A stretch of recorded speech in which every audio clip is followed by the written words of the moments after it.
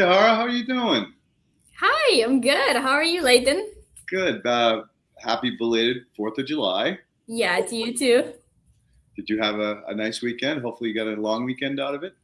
Oh, we had a great weekend. We all, with our 1 year old, he just turned one. We were matching in the spirit. The best mascot was my husband, who had a extra large bikini. He had something beneath it, but had a women's extra large bikini because, last minute, that's the only thing we found. That's awesome. Good for you. Good for him. Yeah, It's like it takes a real man to wear bright pink. absolutely. It takes a lot of confidence. For a man to do that, and he definitely doesn't like that one. Good for you. So let's catch up a minute here. Yeah, So what have you been up to in the last like 6 months or 8 months, however long it's been? yeah. I think we talked 3, 4 months ago. When we had a little bit of I would say there was a little bit of crisis energy in commercial farming, with fertilizers and all that. So we have completed the spring crop season. We're super excited and happy that we had almost 100 new farms this year on board. And we have also successfully transitioned to what we call it, a profitability platform. So our biggest, as we talked before, our biggest mission is to help these farms be profitable, to keep the land in their hands, so they can manage the farm, so they can manage the land, so they can successfully transfer it to the next generation. So they're not fighting paycheck to paycheck, a bill to bill every year, a loan to loan, and all of that. It's a lot of work there. So, it doesn't happen overnight. But we have added, when we last talked, we started setting up a system how we can, with our input reduction protocols, how we can. So that's one ingredient into getting the profit, is just eliminate the costs, because they can't put a higher price on their product, right? It's a commodity. So whatever market sets up the product cost, so you can't really do much with that. The only thing you can actually control are your input costs. So that's what we're doing. We're trying to reduce their input costs. We're trying to invest in their soil so that it's not a risk, it becomes an asset years coming, so you can use less and less. And on top of that, we started with some financial incentives, and gotta say, we launched that as a system about 45 days ago, and we have 2 farms that have already been paid $50,000 and $100,000 on the acres where they deployed our product, from certain programs that we work with. We're looking for tools, right? So there's some government programs, if you're doing some research on your farm, that you can get some money in your tax credits that you already paid, return back if you are doing stuff like that. There's the carbon credits program. We're not a big fan of that one, but you know what, if we can use it to help the farms, we are going to use it. We're not big in that one yet, but there's so many other programs that we started looking into that our protocols qualify for. So yeah, that was in 45 days. We included less than a third of farms that we work with. So it was a test, right? We started with whoever is already using our protocols, using our products. We haven't started a new sales process, including new farms. We went through about a third of them, included third of them, and some got paid in less than 20 days from actually giving us the information we need to see if they qualify, if we can even do that, to the day that the money landed from IRS on their bank account. So we got some happy campers. But yeah, that's just the Awesome. start. That's just the start of what we're trying to do. The profitability platform. That's it. Whatever tools we can use to help the farms, that's what we're trying to do. I mean, corn farmers are projected to lose $130 an acre this year. We've been looking at, winter wheat is the next one that starts now in commercial farming. So they're going to be planting it in a couple of months. And just looking at the input costs and the projected wheat per bushel cost, I mean, it's rough, Leighton. It's really rough. Like they need to think out of the box. They need to do big shifts right now. And it's been really rough with margins for the past 4 or 5 years. Yeah, that's what I'm hearing across the board, and the weather's not helping. I know my good friend in Illinois, has gone through 2 months of rain, and the corn is stunted. He said where the field was tiled, it's waist high, which is great, but where it wasn't tiled, it's ankle to knee high, which is okay, but the plants were yellowing. So yeah, they're getting the tar kicked out of them right now. It's that. It's a lot of rain in some regions, and then we also had a lot of heat waves. Mm-hmm. So it threw a wrench into our protocols too. Like there was a lot of management this year in those heat waves of like timing. It's logistically hard this year. I'm not gonna lie. Yeah, the whole Central Valley in California lost all their fruit and nuts because of the heat wave. All the plants dropped their flowers. So that's going to have a devastating effect on this year's crop for America and abroad.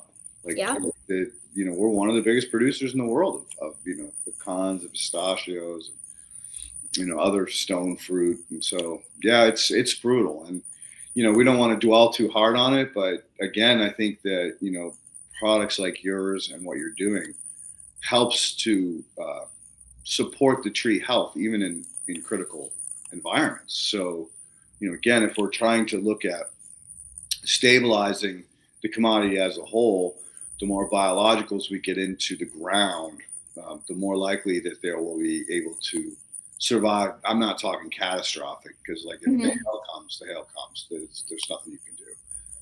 But if it's just a drought or a heat wave, sometimes they can tolerate that stuff. Yeah. So have you done any studies on what we call plant protection or plant response as far as reacting to these kinds of critical conditions? So what we've seen from previous years is plants really respond well also on foliar feeding, because you can bypass a little bit of the soil conditions. If you feed it at the right time, they respond really well to that. Timing, if we follow, and sometimes it's hard because it means you have to do some tractor passes, but if we follow the growth stages and just deliver it at the right time, we can get a good response there.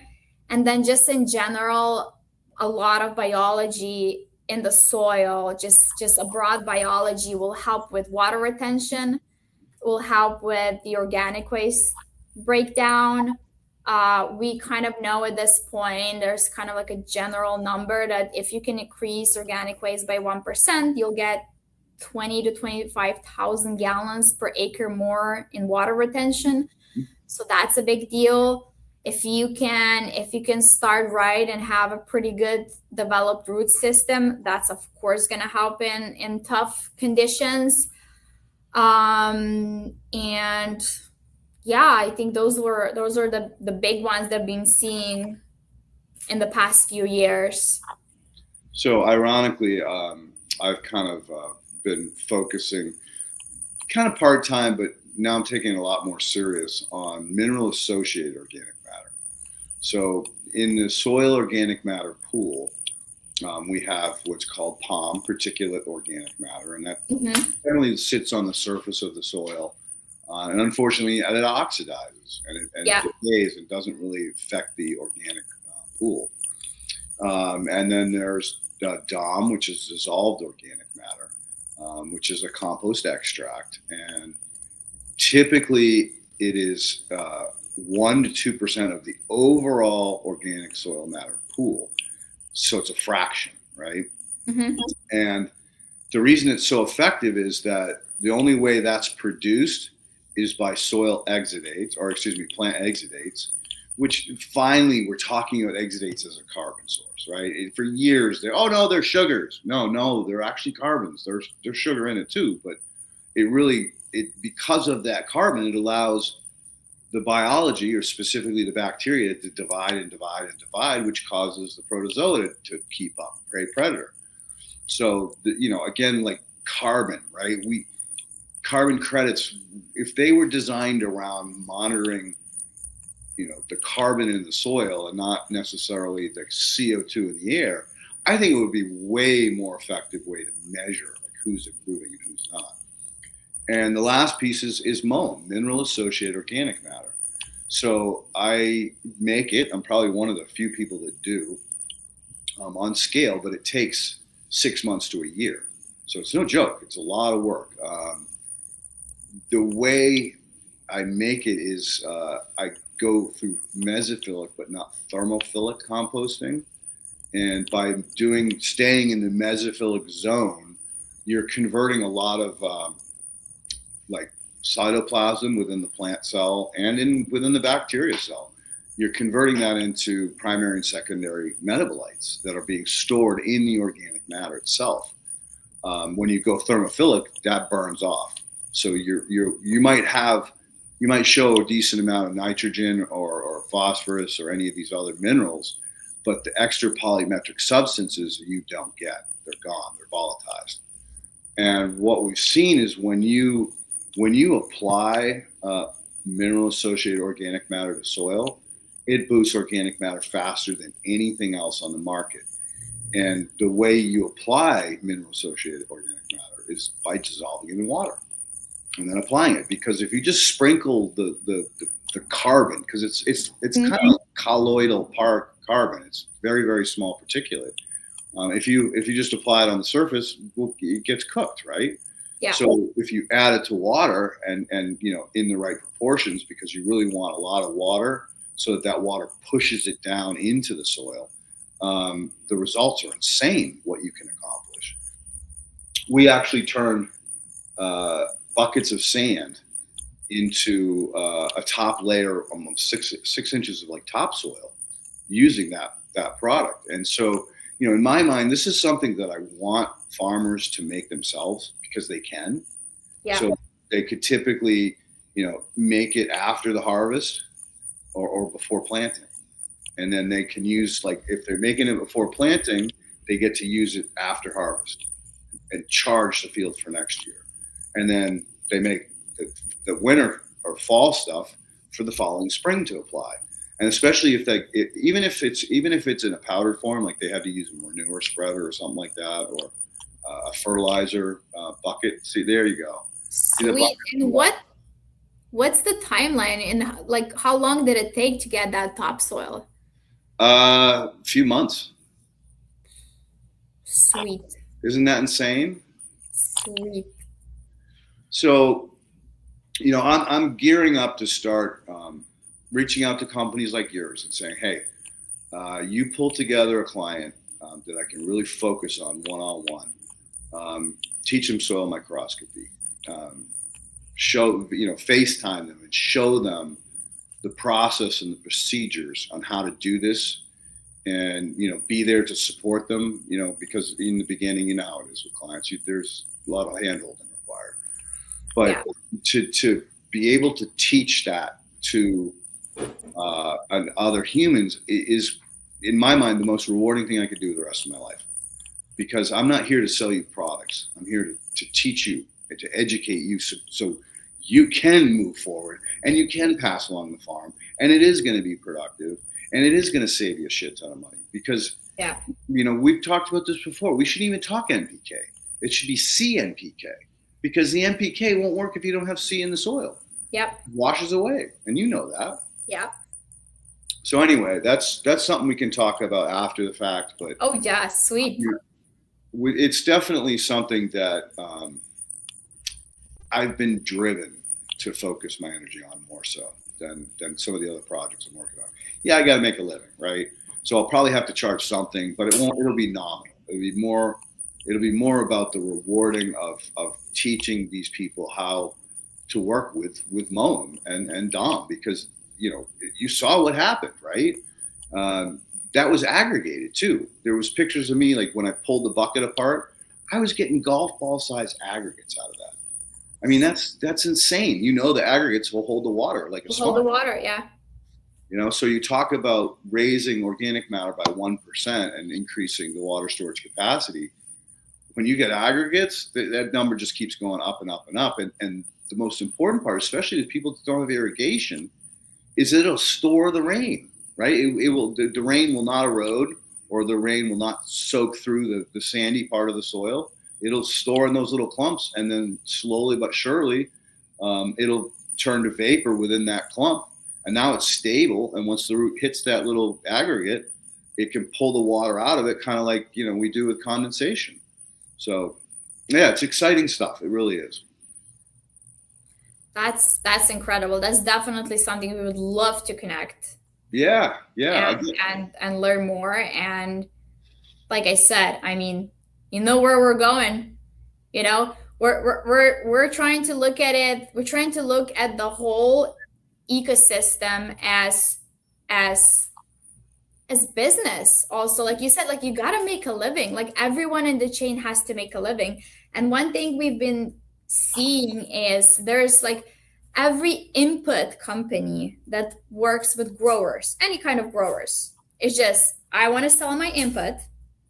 I want to sell it at this price. And then whatever happens. Like, I don't care.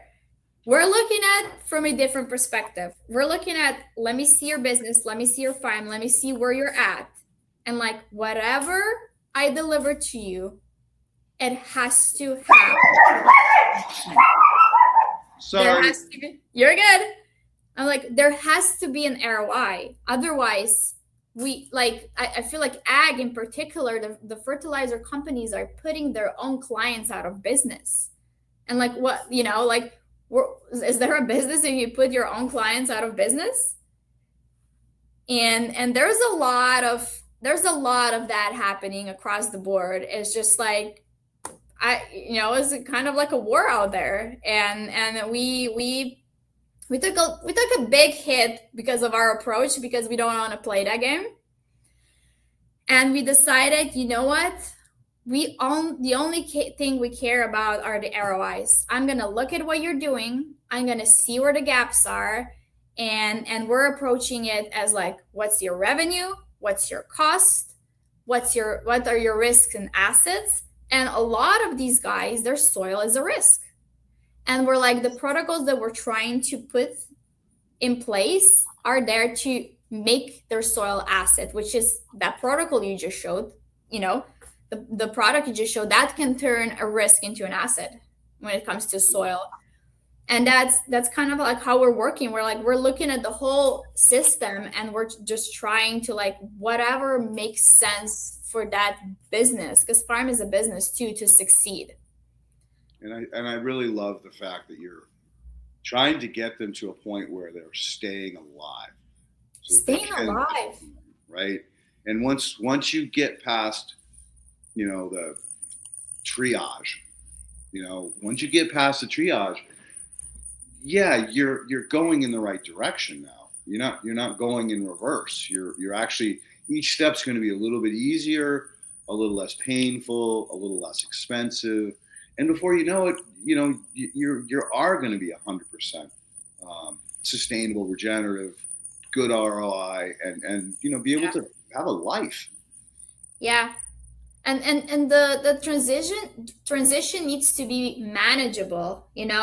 If you're trying to, turn the switch off or turn the switch on or turn it off, like you can put company, like you can put these businesses out of business, these farms. You can't just like, oh, we're just gonna address the soil and that's it, and like let's just cut everything. Like it just doesn't go that way.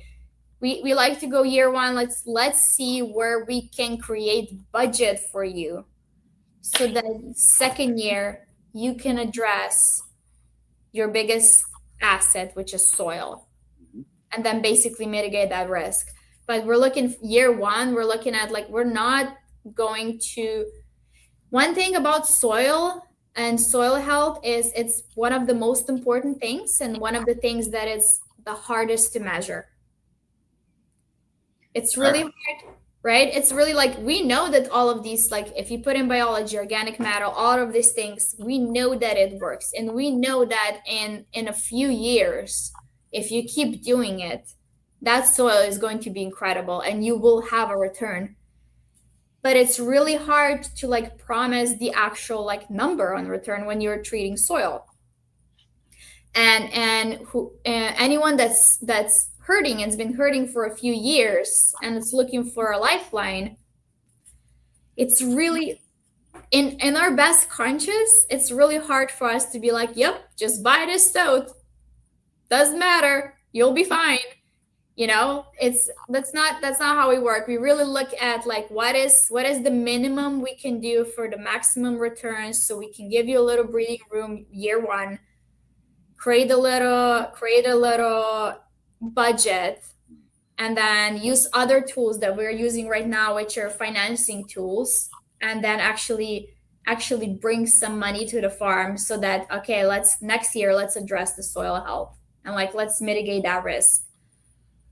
You know what? I wish we had a metric to define soil health, because everybody I have on the podcast, we talk about this a lot, is like, well, what is soil health? Like, how can you measure it? And we don't really have a standard yet. Like, you know, like I know some of the work that's done on these very expensive, sophisticated labs like Landell, they do measure carbon storage, but the piece of equipment itself is horribly expensive, and it's not easy to operate, and it needs to be recalibrated. And so it's not only expensive to buy, it's expensive to maintain. So, you know, for companies like us, or even, you know, some bigger ones, they don't have the money or access to those basic types of systems that could help to monitor. Like, we can go chemistry, that's easy, right? Yeah, you can get the pH, you'll get the organic matter, but you won't get the carbon. And that's, I think, the most important piece of the puzzle that we're missing in soil health. So for Goose and Giggles, please tell me what you would like, or what you believe soil health is, because it's hard to define. Yeah, it really is hard to define. You know, we can look at different ways. Like we see farms that are in, if you take a test of that soil, it's horrible soil and they're growing things somehow. And then you can take a test and it's like on paper good soil and they're really struggling with anything coming out. So do we look at the outcome? Like, do you have a crop? Do we look at, and then again, do you have a crop, or do we look at the quality of the crop? You know, because you can grow food, you can grow crops, but then you go and test the quality and there's no nutritional value in there. That means you have nothing to pull out of the soil that actually gives nutritional value. So I'm gonna be honest, I mean, I don't have a defined answer. I do think that the real proof of a good soil is if you can get comparable results, comparable crop, no matter the weather conditions. But I'm not saying here a tornado hits you, okay? Right. Yeah, there are some extremes, right? Yeah, right. I'm talking here, you know, you get, you know, let's say in a normal range of rain, and then you have a month of a drought, and if you can still pull through, that means you have a soil that's working. You have a soil that's buffering you. I would say that is a big deal, and I do think that the crop quality really shows that you have an ecosystem, because you will not have micronutrients if there is no soil biology. And in a crop quality that shows you that that the nutritional value is pretty high, the protein's high. It really shows that you have biology that's working, and it's making your nutrients available, because you can push with chemicals, you can push a lot of foliage. You can push a big corn out with a lot of nitrogen. But then if you actually test the crop, what's in there, I think those two things, if you can get comparable results in different weather conditions, and if you can get a pretty good crop quality, I think that really shows, without testing the soil, that the soil is a living organism. Well, again, functioning ecosystem, right? Functioning ecosystem. Yeah, that's the key to nutrition. And again, like, how do you speed up the process of nature following, right? We all know if you just let the feed fallow for 5 years, that organic matter is going to build up. The crops are going to naturally grow and fall, create, a micro ecosystem on the surface of the soil that supports the biology, supports the earthworms. So we know how to do it. But you can't say to a farm, don't grow anything for 5 years. They'll be out of business. They're gone, right? It's not an option. Yeah. So, you just only grow one field, half of your fields at a time. No, it still doesn't pencil. Like, they're so in the corner that every square foot has to be in production, with a prayer and a hope that at the end of the season, yeah, you produced enough to actually made a profit and pay back your debt, right? Yeah. So, and I think that, the only real way to do that is exactly the way you're doing it, which is transitioning in slowly but surely. The first year, yeah, it's gonna be tough. But second year, like, we can find you some grants, cool. By year 3, you should have tilth in your soil, right? Your product, I'm sure, does the same thing that most biologicals do, is they help decrease that tilth.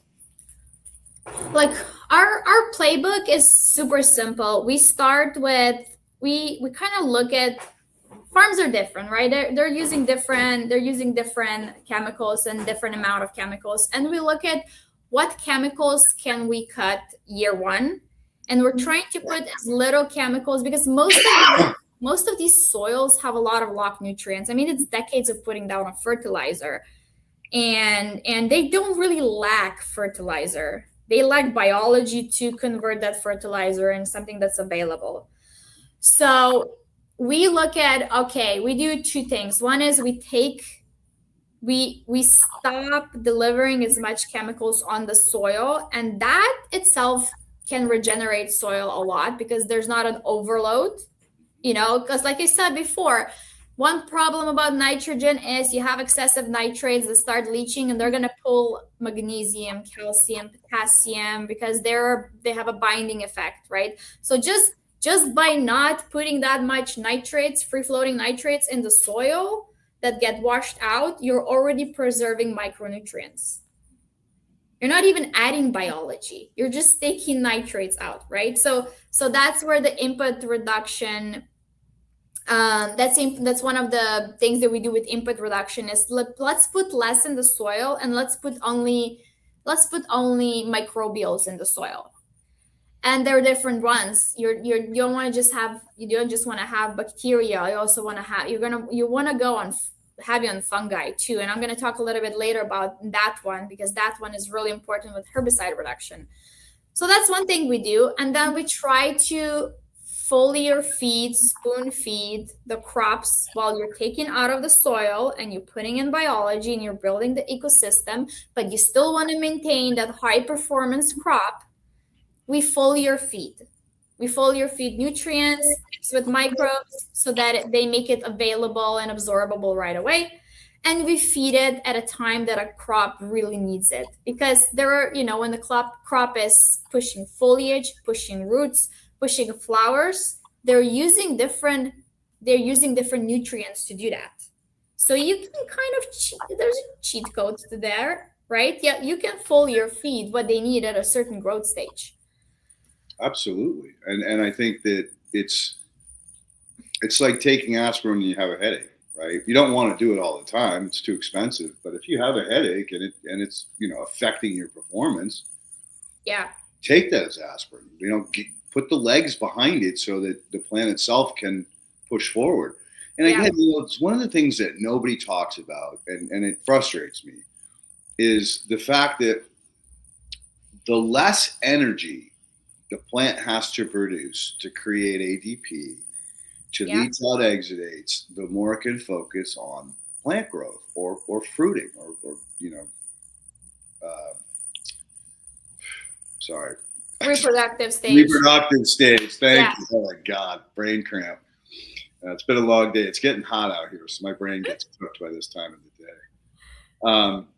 So and again, like foliar feeding does that. It checks all the boxes on that, and it's quick because it's right there at the source of the plant where the plant needs it. Yeah. No extra work pushing down the exudates, pulling the nutrients back up. And let's face it, like they don't have to push exudates. The biology will take care of itself, right? It doesn't need the exudates. It's the exudates are the relationship with the plant, the biology in the soil. So the biology will still do it, whether you feed it or not. You can speed it up and you can course correct, which the plants need to do, based on weather, available water, all that stuff. So you want the plant to have those tools in its toolbox, but no, foliar is a great way to bump product. That's a quick one. I mean, when we start working with spring crops, year one, that's an easy one because also like our protocols, we always strive towards, like I said, an ROI, right? Our protocols, our products will be cheaper than what you cut.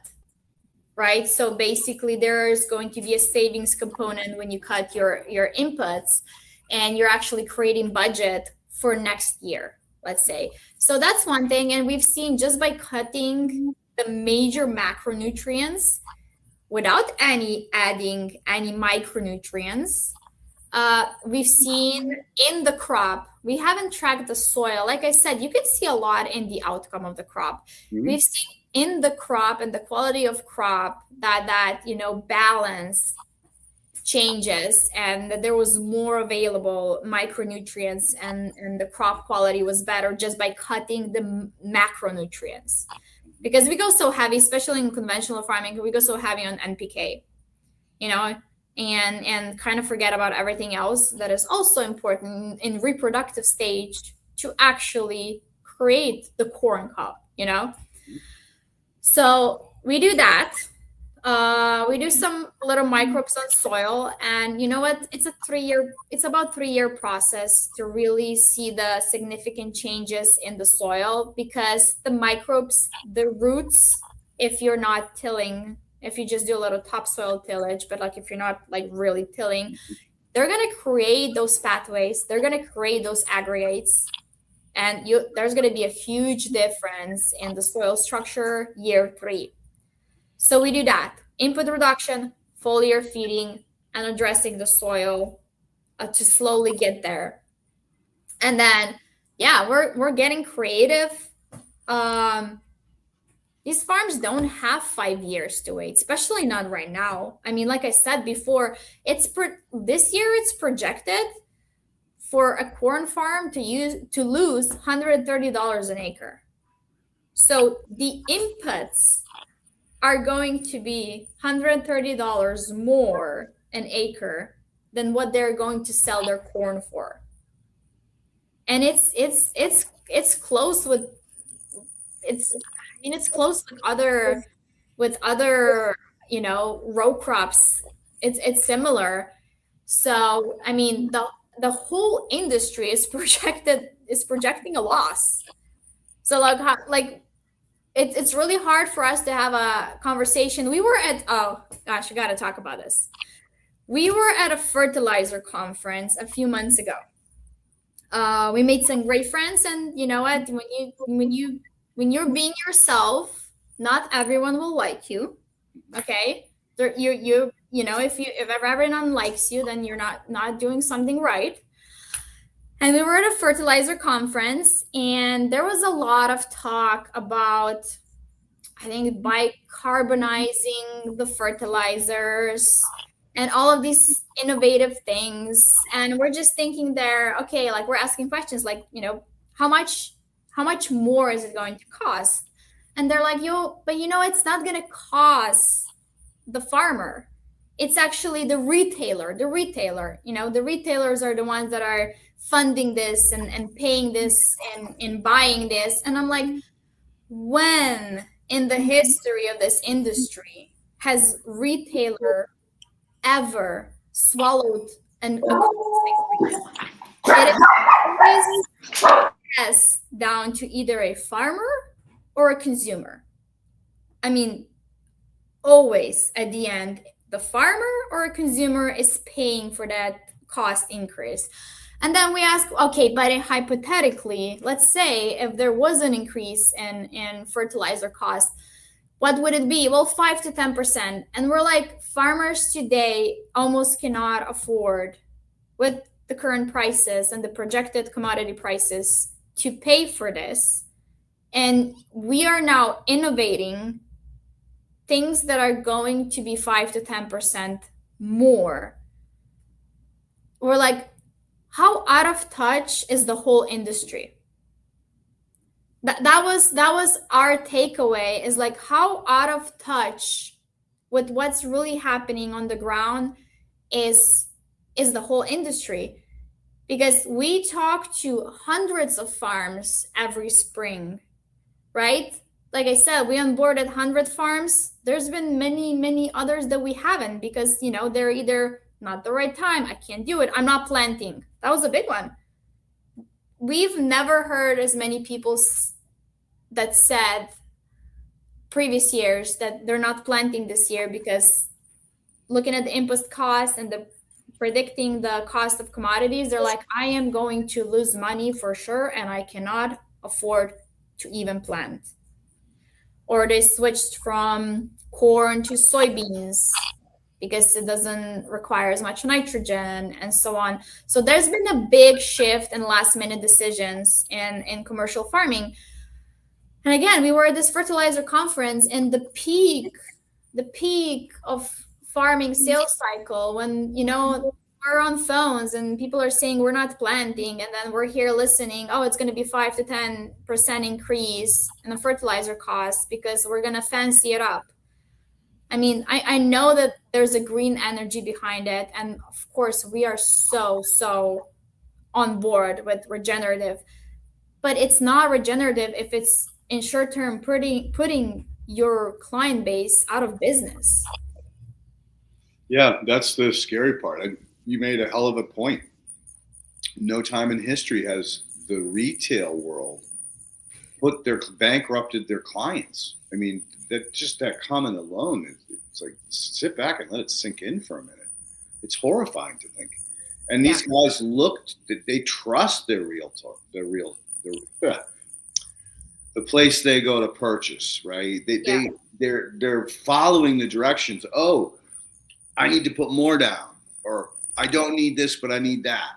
And so for them to be put in a place of trust, only to turn around and knowingly sell them more or charge them more for something that may or may not do anything different, right? Innovation, right? I mean, look at how many times you see a product, oh, new and improved. Like, they've programmed us to believe this saying new and improved is actually new and improved. And first, when they started doing it, before all the marketing and real, brainwashing advertising, it was improved, right? America was built on innovation and making something better that lasts longer. But unfortunately, we learned a lesson from the military-industrial complex, which was, design it to fail, so the client comes back, right? Premeditated failure. And then that's exactly the retail model that you're talking about, where it's not about being there for the client. It's about. And you know what? To your point of new and improved, we were we were talking about what's our next step in bringing more value to our farmers, to our clients. And we're thinking, do we even want to like launch and develop new products? Because we're like, there's microbes are microbes, right? They're an incredible tool, but like we're not in the business of saying these microbes are better than these microbes when we're talking about the same strain of microbes. Like that's not the value. Like biology is biology, and as long as it's alive, there are ways how you can deliver biology dead also, but we're talking about as long as the biology is alive.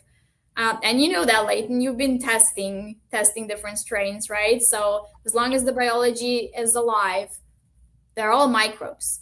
And then we're like, okay, do we want to add a micronutrient line? And then my husband was like, you know what?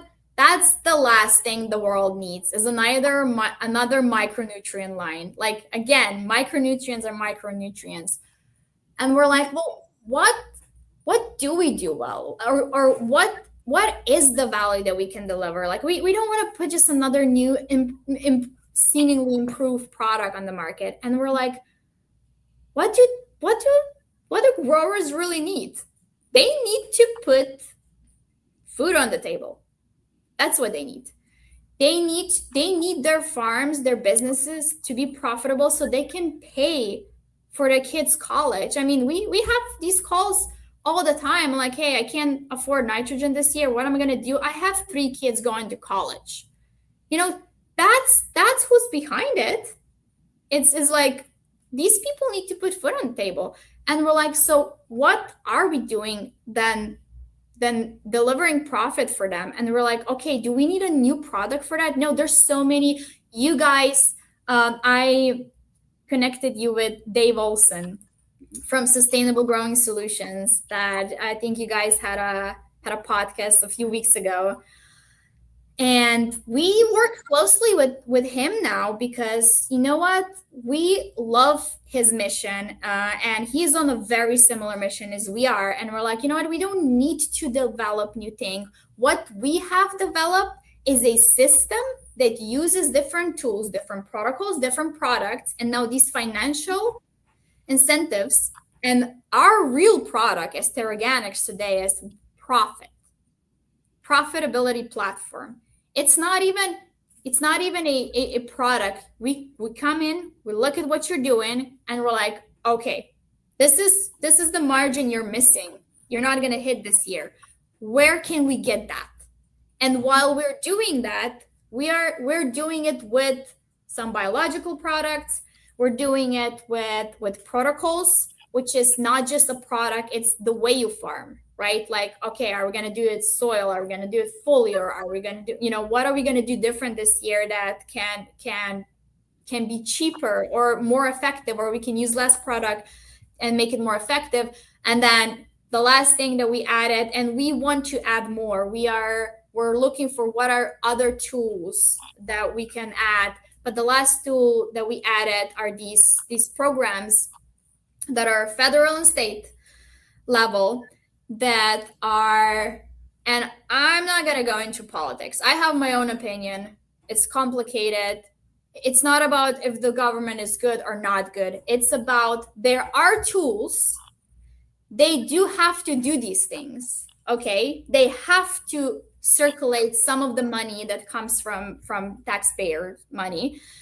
And then a lot of this gets unused because people either don't know how to do it, they don't understand it. And we've discovered some of these programs that are basically supporting farmers in this transition. And we are looking for the ones that are the low-hanging fruit, the easiest to get, that are compatible with what we're doing, so we can say, hey, this farmer did this program is to the T what you're looking for. Let's put them in. And again, for some like research and development and so on, we've delivered in less than a month. They've been doing this to 2 farms a significant amount of money, and I'm talking it landed on their bank account in less than a month from the day when we're like, hey, I think you qualify for this program with the protocol you did with us for the past 2-3 years. Do you want to try if you qualify for it? And we've included, I think so far, 15-20 farms. All of them are on a good trajectory. I think only 2 or 3 that we talked to were like, the juice is not worth the squeeze. We might do it next year. But all of them are on a good trajectory to get some money from these programs, and 2 got paid in less than a month. And that is what, when I say profit, right? Profitability platform, we're looking for tools that can really help these farms bring food on the table. So, you said new and improved, right? You don't want a new and improved. I commend your husband, because there is a lot of products out there. Yeah. Like BioAct, right? They have spent a tremendous amount of money reinvesting into their company to develop these amino acids that are extremely easy to use, cost effective, great for patching holes. It's not something you have to do every year. It's just there to fill the void. And then once you get the chemistry balance, right? The Mulder table, right? Mulder chart. Yeah. Very complicated and difficult to understand, like ppm against the crop versus the soil.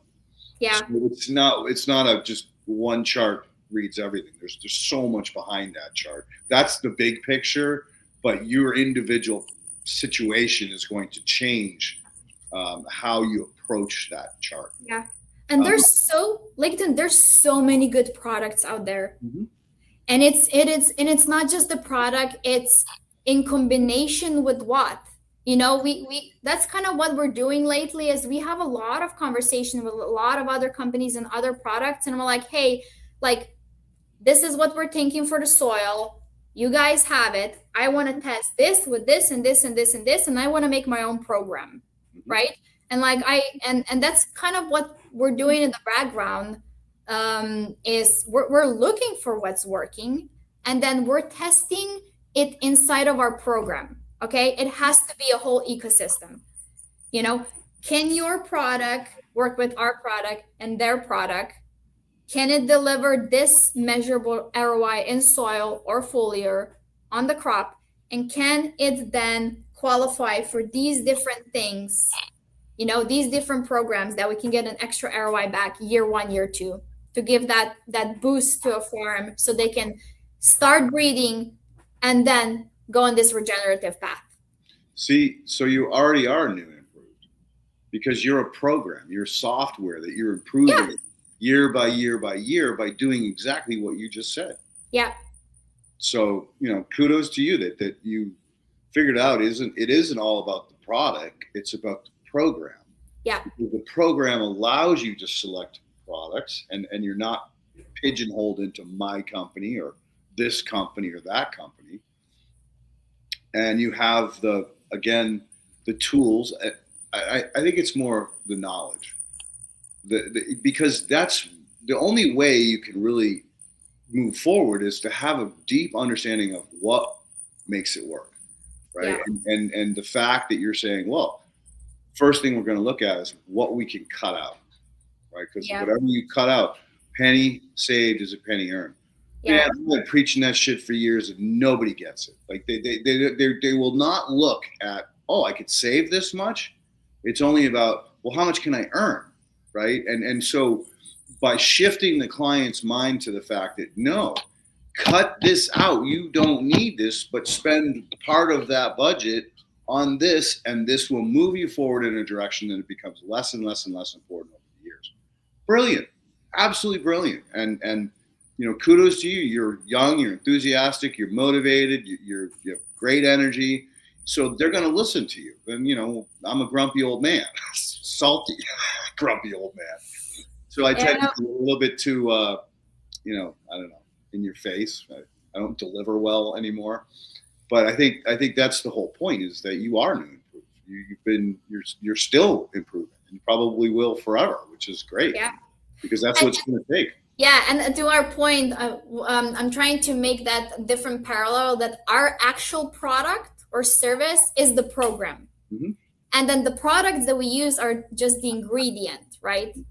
And there's a company that just makes biologics, let's say, and that is the biologic is their product, and they're going to go and they're going to develop better, more stable, different strains and so on. And what I'm saying is we're not that. Biologics are just an ingredient for the programs. The program is actually what is our product.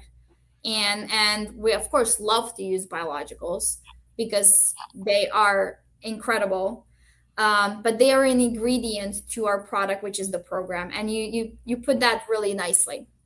So we've done 2 or 3 podcasts in this year that I was just blown away at. The men and women who have gone across the country, the world, and harvested these radically different microbes from radically different environments, and figured out how to get them to work together so they didn't, outcompete or kill each other off. That is the future, because now you have one stable product that is basically the Garden of Eden.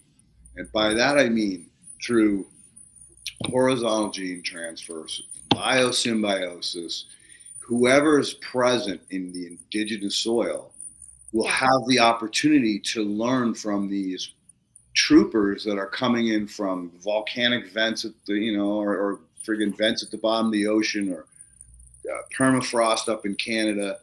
And so, we don't have to develop them. They're already been developed. People have spent 30 years, millions of dollars to develop them based on, their own drive, their own motive to try to unlock this piece of the puzzle out. That gives us a very unusual opportunity at this point in time, where there's such a need for this, to work together as a village and give these tools, or give these people opportunity to use these tools. And again, it's not a forever, right? It's not like you have to do this every year. Once you get that ecosystem up and running, it's water only, right? For life. And that's, talk about giving the farm to the future generation. That's it. If all they need is water, and even not consistent water, even when it doesn't rain or rains too much, it still functions. Oh man, that's a dream come true, right? It's nothing better. Nothing feels better than to help somebody. Genuinely, from the heart, help somebody and see them become successful. And this is one of the reasons I've become salty, is that when I was younger, people were excited to see you become successful, right? But now the competition has gotten so out of whack that they want to put you down or take you down or drag you down. They don't want to see you be successful because it makes them feel inadequate. And that mindset's got to change too. And I think that, it's a bit off topic, right?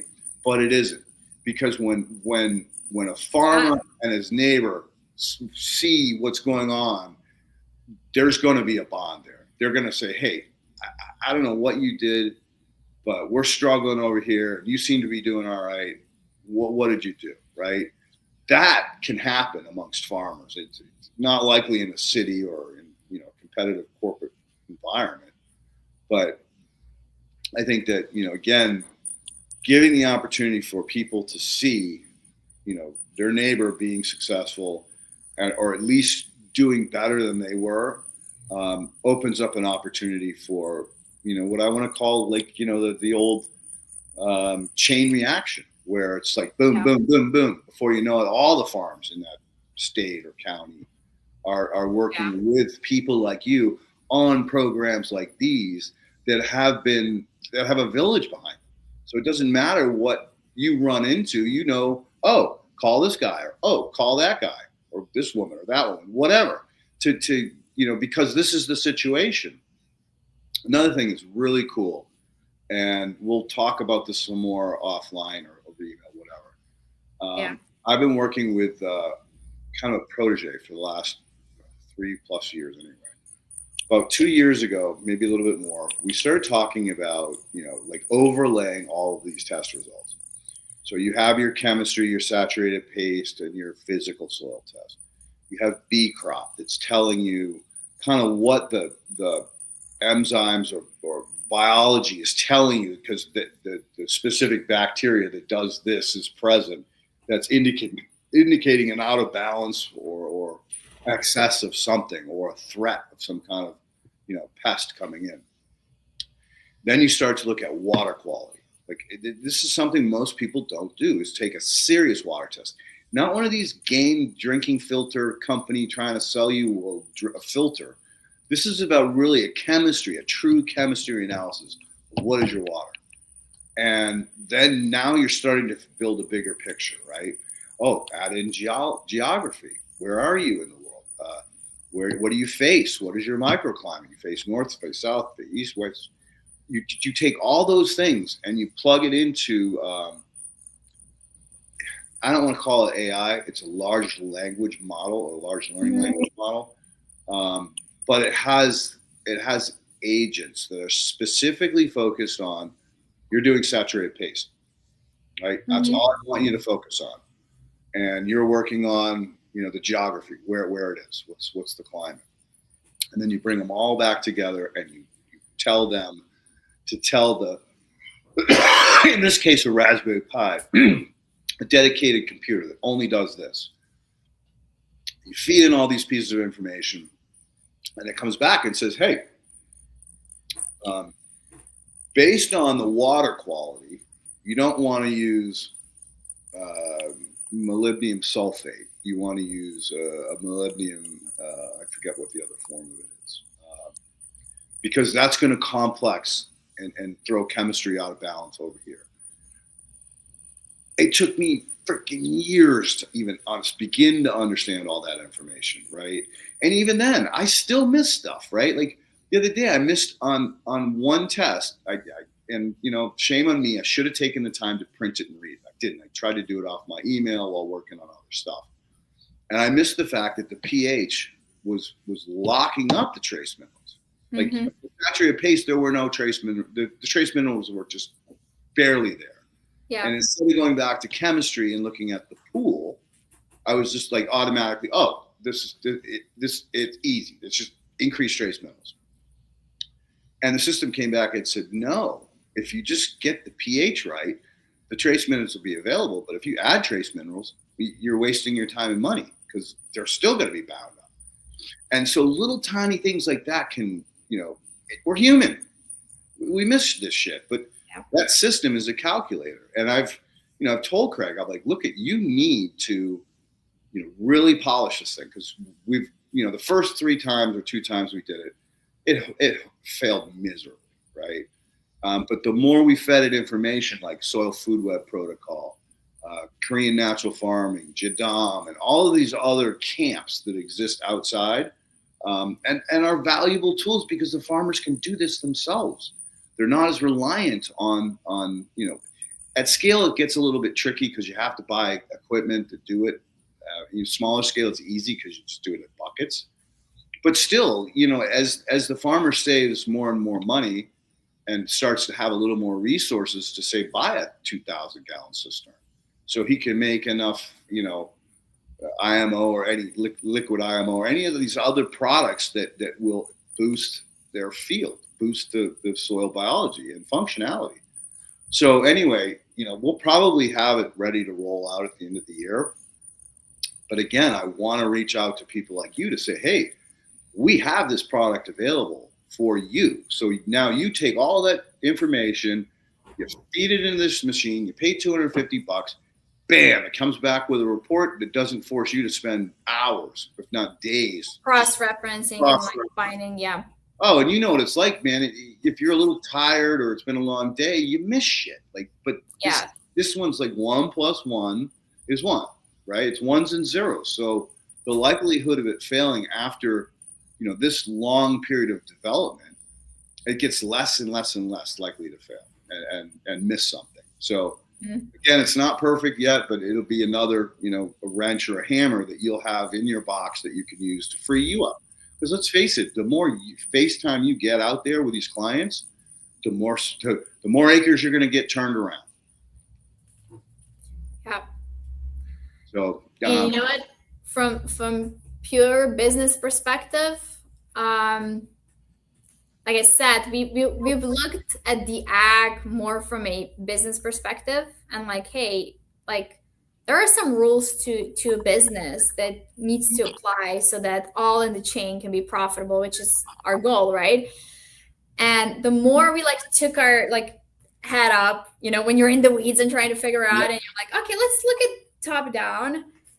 The more we're like, and not just that, like we started talking to like ag investors and all of that, and like their perspective. This is one of the toughest, hardest industries to develop or grow a business in. And just look at from a perspective like software, it's an easy one, right? You develop an app, you make it available, people use it, they give you feedback. This doesn't work, there's a bug here, this is inconvenient, user interface is garbage, whatever, right? I don't like this, I don't like that. You get feedback immediately. You go, you do the background code, relaunch it, right? Can't do that in ag. It's a season for a feedback. And then when you get a result, you're like, or was it this product? Was it this product? Was it that product? Was the product applied 4 years ago? So that's one thing. It takes a year. It's like once a year you can iterate. Once a year. And that's it. And that is for ag companies and input companies, or companies that are working with farmers and a farmer, because they're doing the same thing. Once a year, they have a shot to change something, and then they get a feedback in October, November, and then again, they have one shot to do it. So it's one of the toughest industries to build something. It takes a lot of time. After about 3 years, you can say, okay, I validate that this thing really works, because even if you get a result in 1 year, it doesn't really still mean that this absolutely works. And then you maybe get to a point to like scale it. And it is, I mean, we've been through hell and back and through hell again with this business.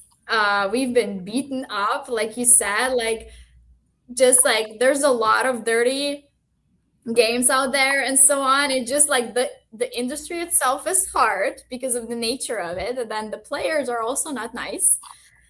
And then, oh my gosh, I mean, like the fact that we're still here today, it's pure fate and pure mission. I mean, it's just that. And we're like, every time we hit a wall somewhere, we're just like, you know what? We're gonna give it our best. What happens, happens. If we ever go down, we go down knowing we did our best. And it's such a tough industry, and I really wish people would talk more about it. Like how hard it is from a pure business perspective. There's so many forces that are playing out there. So many forces. And like you said, you only have one shot, 1 year. 1 year. The weather's off. Now you lost all of that data. All data. All of it. So nothing matters. Nothing matters. Yep. Yeah. Start over.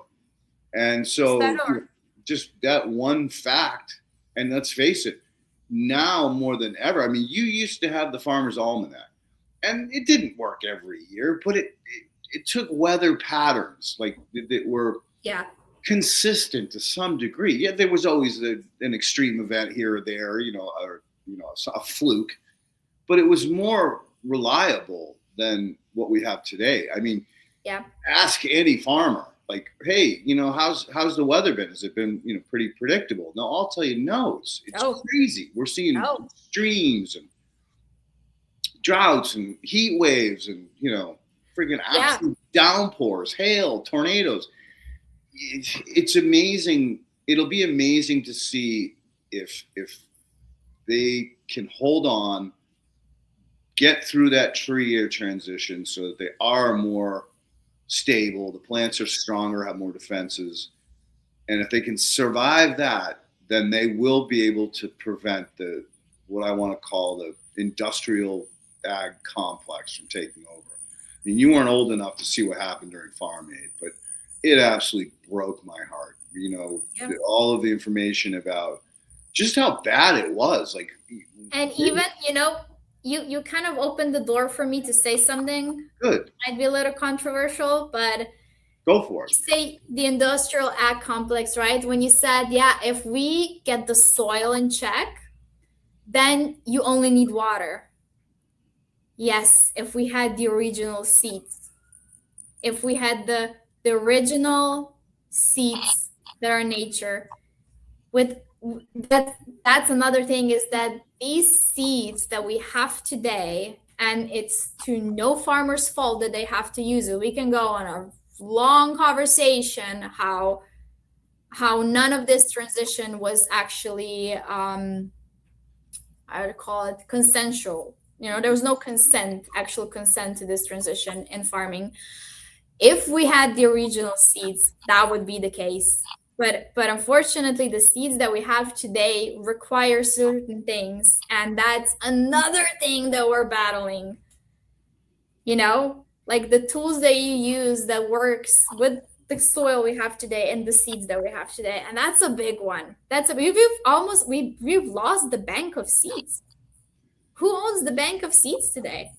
Yeah. Not the people. No, that's a very, very complex and kind of scary. It's a complex thing. Yeah. And scary question. The good news is CRISPR technology. You can take a plant and clean it, scrub it of all the crap that they've put in there. And now you do have a seed that you can grow to seed.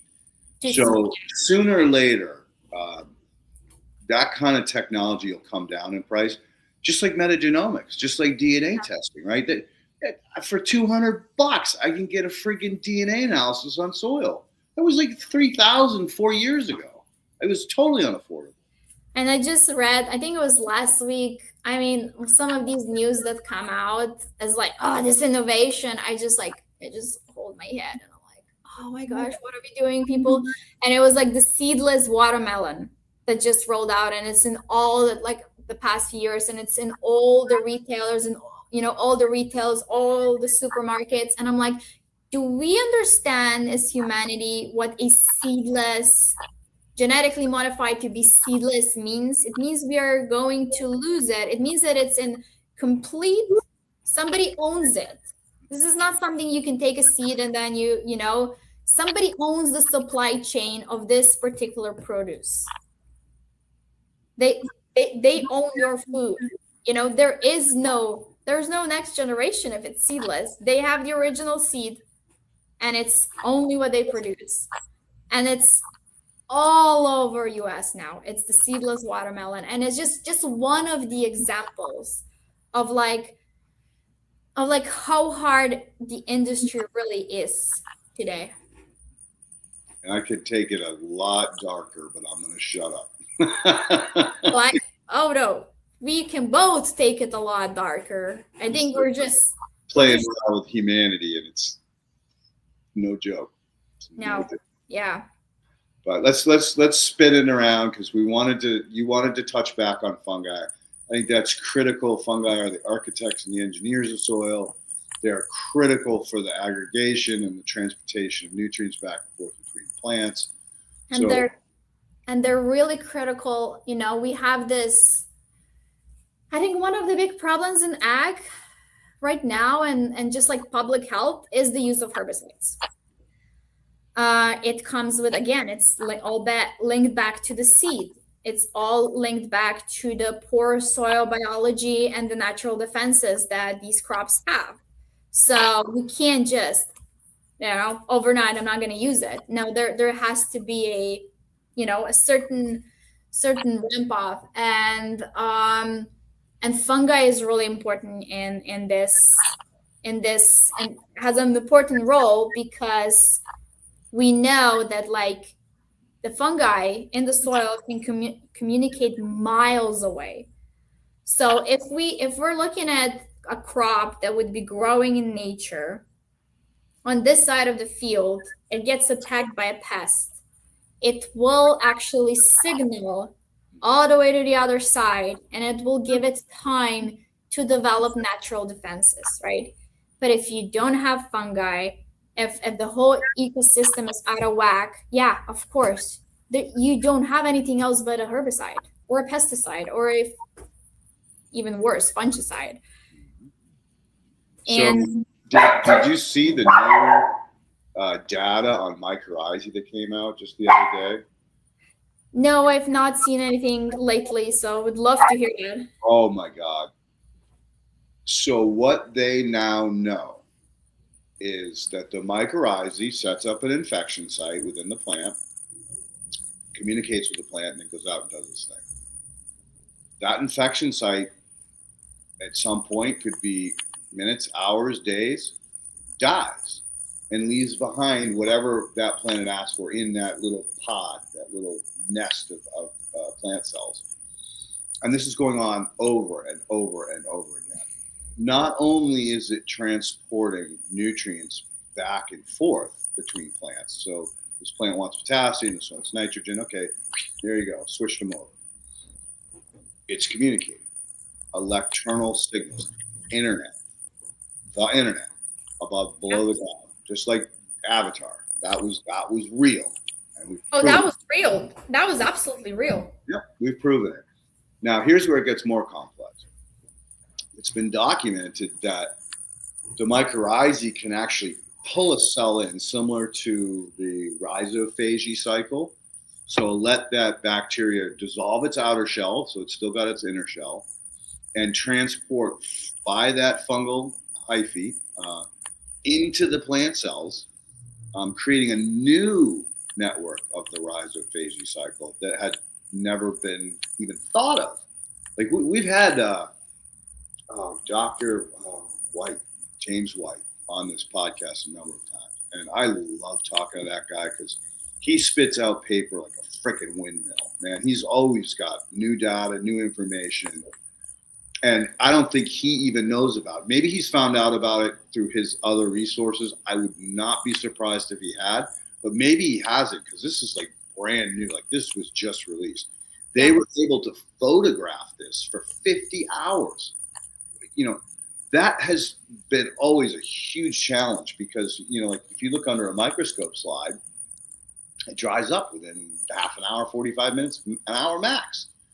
So they developed this camera probably 3 years ago, and it has some kind of lens on the end of it that basically has a little window washer, so it just keeps the biofilm off. So you can film in situ for periods of time.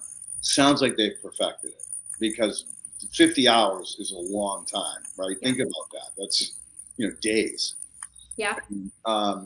But the whole understanding of this is way, way more complex than even what we knew like a year ago. Is staggering. And again, I love to talk about how it's the greatest time to be alive and the scariest at the same time. I mean, science, if you're a science guy, it's like, holy cow, I'm bombarded with information and new understandings. And, you know, like the work that Kurtufa did out of Colorado State on understanding the dissolved organic matter, MOEM. You know, how does organic matter build in soils? That's her mission. And that was the first time in my life when I read that 3 or 4 years ago that was like, oh, now I know why my compost extract works so well. I'm pumping with a fire hose pure organic carbon down into the soil. Mm-hmm. So not only am I feeding the biology, I'm putting biology in there, diverse biology, but I'm giving it also all these other primary and secondary metabolites that the biology can use to do tertiary metabolites. Mm-hmm. I'm sorry, I get so excited when I see these things, and you know, the understanding like what you said about tilling, 1 inch max, right? As long as they do that, they can knock back the cover crop if it doesn't crimp. Even if it's a gully and it goes over the top, they can turn around and go the other way. So there's ways to manage the, you know, maintaining roots in the soil that were not even discussed 5 years ago, right? So we're in this beautiful opportunity to weave this beautiful tapestry, all of this information, all of this knowledge, all these products under guidance like you with a management program that basically provides you, the stepping stones to get to this place as fast as possible. Yeah. So again, amazing, scary as it is, the world right now. It's an amazing time to be alive and having conversations like this. With I agree. A person that's inspired. And let's face it, you're inspiring me. See how excited I just got? I get to talk like this to many people. They just don't. They're like, yeah, whatever, right? So anyway, I thought I'd share that with you. Another thing is we're in a time that more people care than ever. I feel like people are not so much just in their own weeds their day. They're like they care. They care about what's going on. It's easier to have tougher conversations, more philosophical conversations, more scientific conversations. And you know what? More conversations than when you're questioning the narrative and you're questioning the status quo. Because one thing about science and everything is the more we know we don't know. And I think every time that I do not trust the science that says it is exactly like this. It is written in stone and this is it.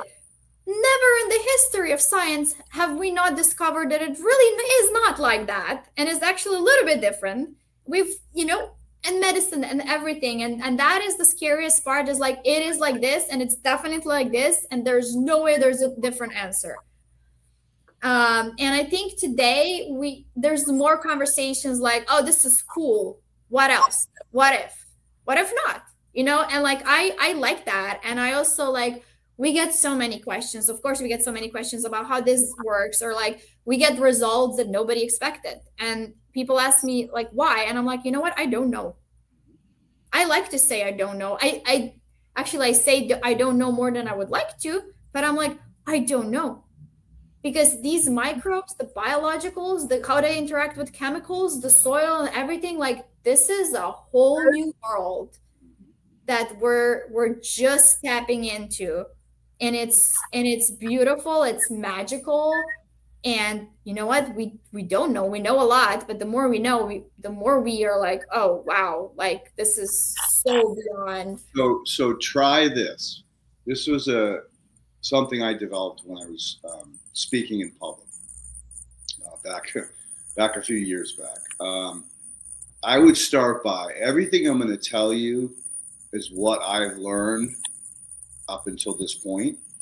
But more often than not, I found out a week from now, a month from now, maybe even a day from now, that was incorrect. So please understand, this is just a ladder that we're climbing together. Yeah. So we know this up until this point. But the next step, we may realize, ooh, we missed a step, or we're going to have to go back 3 steps because all the assumptions that were made up until this step were incorrect. And so that's a safe way of saying, I don't know, but what I do know is this, but it may be proven wrong tomorrow. And so bear with me. We'll stay in touch.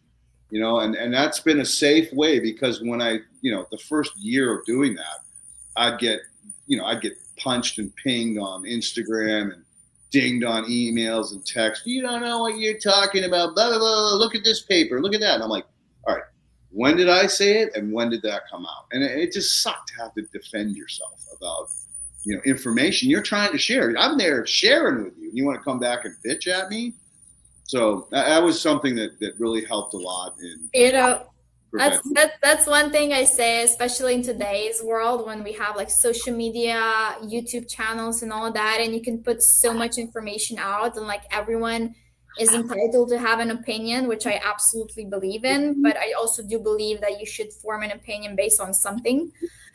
I always say you're damned if you do and you're damned if you don't, because we get a lot of pushback, why did you do this, why did you do that, why did you do it this way?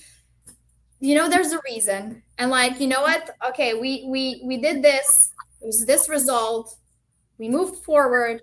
There was a condition that happened to us. Oh my gosh, we can't do it this way anymore. Or like, and like things change, and like it's a fast environment, and like you said, like you're trying to inform people. There's a new information comes out, and then they come back and they pull something from 5 years. I'm like,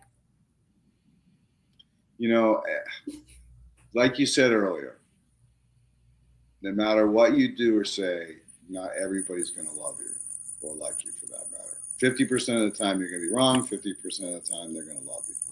So you just got to, grow thick skin, don't let them knock your chip off your shoulder, because that's who you are. You're here fulfilling, whatever destiny you feel is the appropriate one for you at this time. And that destiny can change, man. That happens significantly to me. Yeah. Bounce from career to career.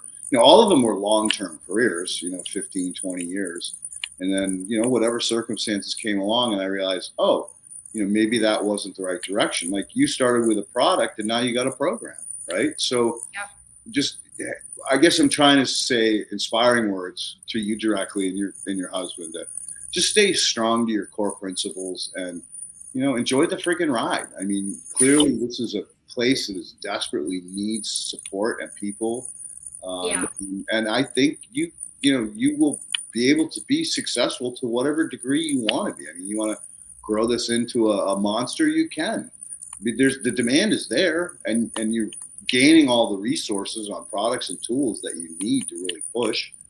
And, I think going back to your earlier statement about people are more open. Yeah. So when I started doing this 2009, people thought I was insane. They're like, what do you mean soil biology? Why do we need to engineer our soil? I'm like, it's not engineering, it's understanding the difference between sand, silt, clay, and organic matter. That's what I mean by engineering. It's not like I'm building soil. I'm just working with what I have or what you have.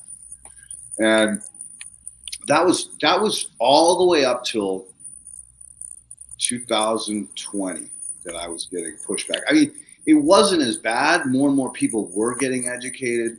I was getting some more intelligent questions, but not like really intelligent questions. But post-COVID, I think a lot of people were like, what am I doing with my life? I'm working my ass off. I never seem to get ahead. I can't afford what I used to. It seems like I'm going backwards. What am I eating? What's going on around me? And because they had time. Like, they weren't being freaking marched down the goddamn galley all day long. Yeah. We're working at home. Big mindset reset. Yeah, total reset. Total reset. Total reset, yeah. and after that, the questions were 100 times, 10 at the minimum, 100 times more educated. Like, that person put thought behind it or had knowledge behind that question that they asked me. And it was super rewarding to see that, because, prior it was frustration. Like, I had a real difficult time unless I could see the person. Like, if I couldn't see your eyes and see your reactions or your body language, you wouldn't know if I was talking over your head or you were following along. Like, am I bewildering you? Because I don't want to lose you. I don't want you to feel like you're stupid or you don't understand me. I'm trying to help you. And so if I embarrass you because you feel like you're inadequate or you don't understand or you don't have the knowledge, that's negative. Like, you're never going to come away with a good feeling like, oh, that's really cool. I want to know more about it. Right. So that was another big learning curve. Was originally, I was invited to do some podcasts, but you didn't really see the person. You just heard them. And I didn't like that platform. I pushed back against it. Said, you know what? I'm going to wait till, their video at least. I mean, there's no connection. There's no real connection. The transaction is not. I mean, even this isn't great, right? Yeah. We can't see the audience, but we can see their comments, which is great. But it's hard to talk and read and carry on the conversation at the same time. But at least, they can see us. So they can see, our excitement, our enthusiasm, and hopefully get what we're trying to project, right? But again, I really miss the days of like publicly speaking, because you could cruise the room and see who was on point, who wasn't, who you needed to talk to after, and who you needed to avoid.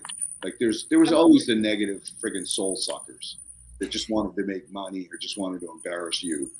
But you could figure it out. It was something that you had, a power that you had to figure out who you really needed to go help and who you shouldn't waste your time with. So that was just a rant. No, but that's real. That's real. That's real part of building a business, building a podcast, building audience is like you need to know who your real audience is. You need to talk to your real audience. Even, that's what I kind of like sometimes say to my husband is like, sometimes when we're responding to certain comments, we're like, we're never going to work with them. We're not what they need. They're not our audience. And when we do respond, we're responding for whoever our audience is behind it. And I'm like, that's kind of what you need to like sense out is not everyone's your audience. And like you said, you need to know where you're going and like where to put your effort in and spend your time, because it's not personal. It's not personal. You're looking for whoever actually needs you and who you can benefit, and who is the actual person on the other side that you're helping. And you need to we're responsible to figure that out and leave the rest out. Like it's not worth the energy both ways. I think Ken, the host, says it best: is take what you align with and leave behind what you don't. And in doing so, you're never going to get sucked into that trap of trying to convince somebody who doesn't want to hear it or doesn't care about it. And that was a big part of our journey. I mean, we as a company went through a big transition of who our audience is, what we're really doing, what's our value, what do we want to be, who do we want to be, what's our mission. We did a big transition in the last 2-3 years, and it was a lot of that. And that's hard. That's a lot of work.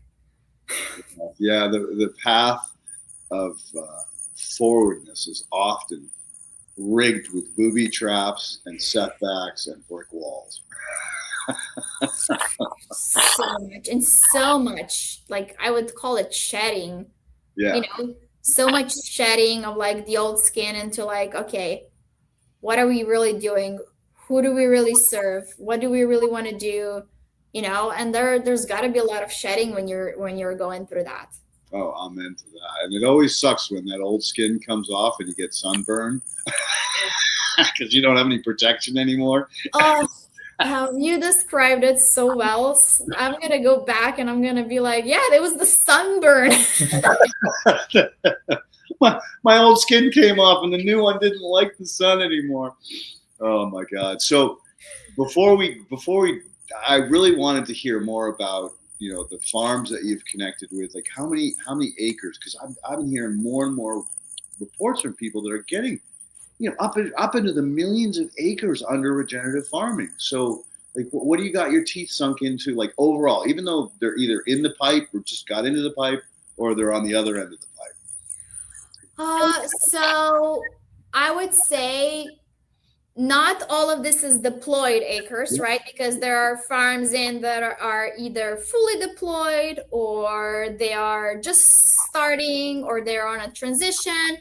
But just say we've started really seriously developing commercial agriculture and our platform in 3 years, right? This is the journey of the last 3 years. That's what I said. 2-3 years was a big, that was a sunburn there, it was a big painful transition, but we feel the mission and we feel where we're going. So yeah, we have, I would say in the Midwest and row crops, 150 to 200,000 acres. I would say about half of that is deployed, like full on deployed or multiple years of deployment, and others is just like they're on, in transition to get there. And then we've in the last 18 months, maybe even a year, we started working with permanent crops. So that's like Central Valley, which is a more complicated system. And there's like more tools you need to pull and bigger ROI programs because of that. Candidly, we have right now about 130,000 acres across that. And yeah, not, I would say about third is deployed. So Congratulations. it's been a journey. It's been a Yeah, journey. that's monumental. I mean, two people making that big of a difference, or whether you got employees now or not, doesn't matter. I mean, you took it from where it was to where it is, and I would consider that highly successful. So congratulations on the hard work and dedication that you put in, and in the fact you didn't get frustrated and walk away or crash and burn, because Okay. too many small businesses do, especially in the first 3 years. It's just, We I'm gonna be honest, we get frustrated every Tuesday. I want to crash and burn it. Not gonna lie. Not gonna lie. why Tuesday?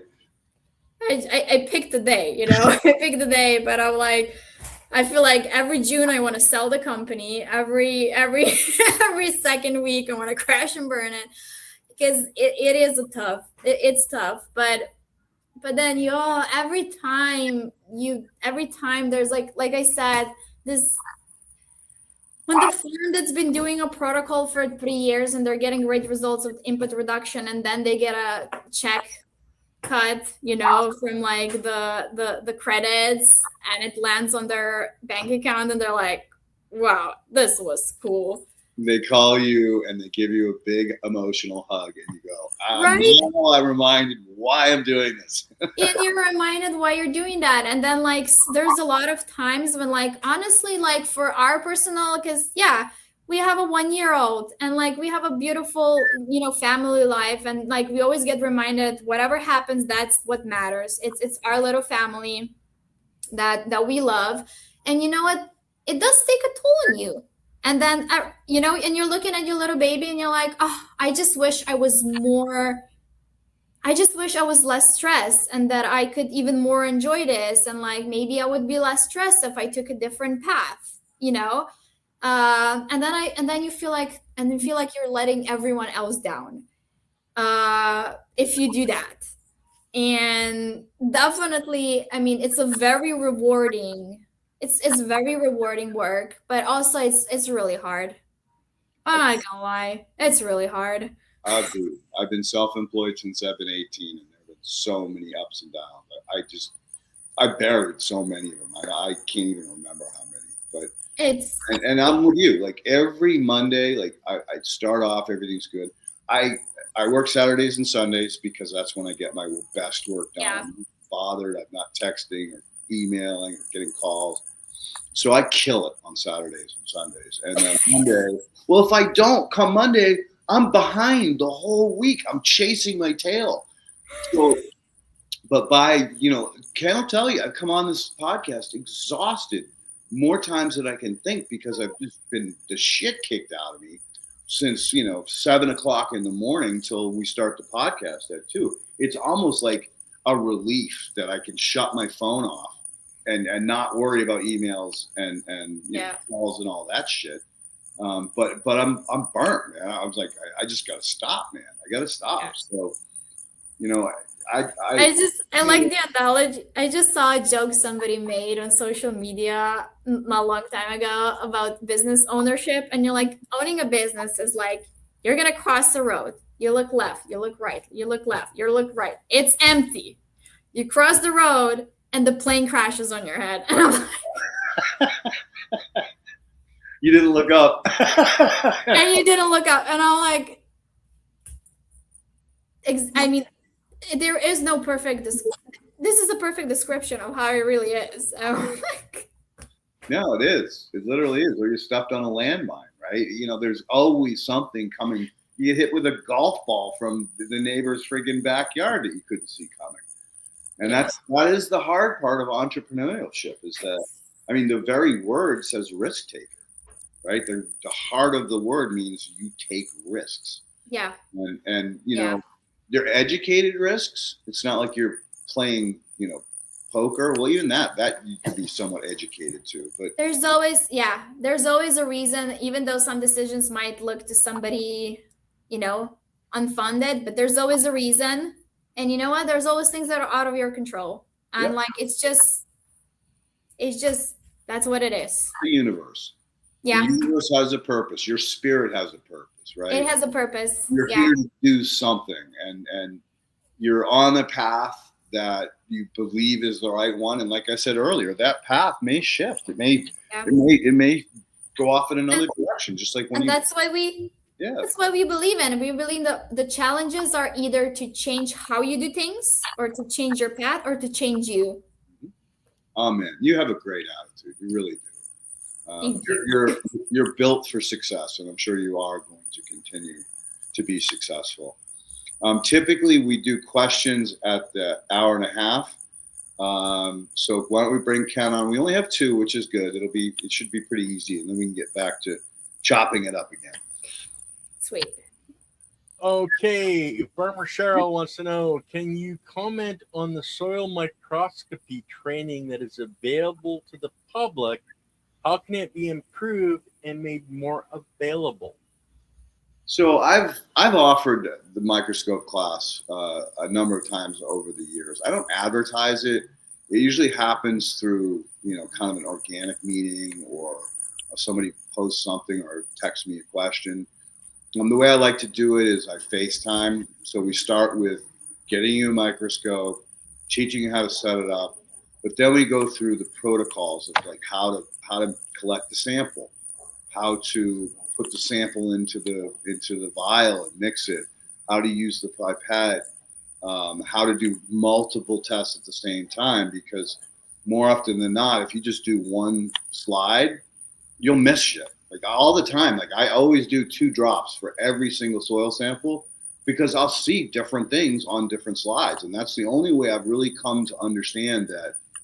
To some degree, I think that there is some adjustments needed. Like I can't wait till AI can do like the whole slide or multiple slides, so you can really get a bigger picture. Because in reality, if you think about it, you go out onto a 1 acre site, right? You can tell the plants are all similar, so there's not an ecotone difference. You can test the soil. Soil seems to all have a similar texture. So you take all these samples from that 1 acre, you mix them all together in a bag, and then you take 1 gram out of that bag, and you look at 1 drop. How inaccurate is that, right? And that's the philosophy that you need to go into understanding microscopy. This is not something that is a one and done. It's something that you have to really listen to your intuition.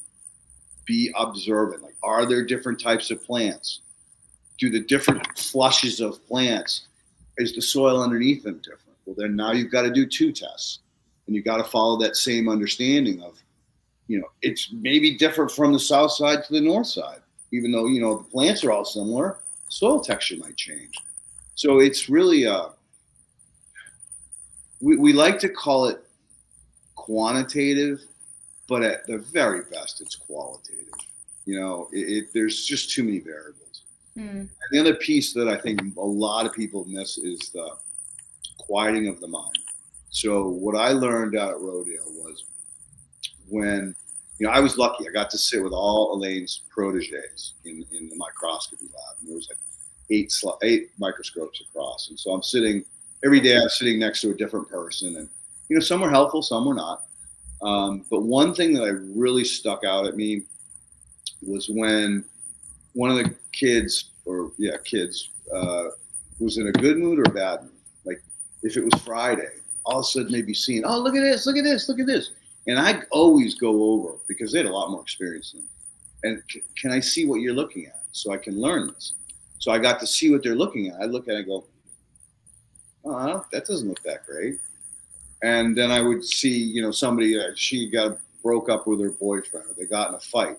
She was mean as a snake that day. And every single slide she looked at was junk. And even though she was pissed off, she'd be like, oh, this is horrible.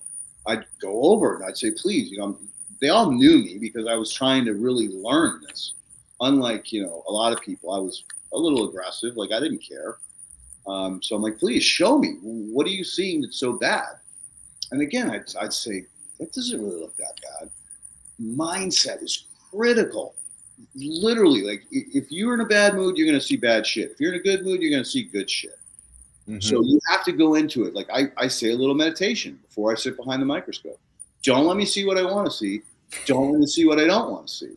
Let me see what is really here. And that's kind of clear your mind so that you're in the right neutral space to allow the universe to let you observe this tiny fraction of this whole soil system.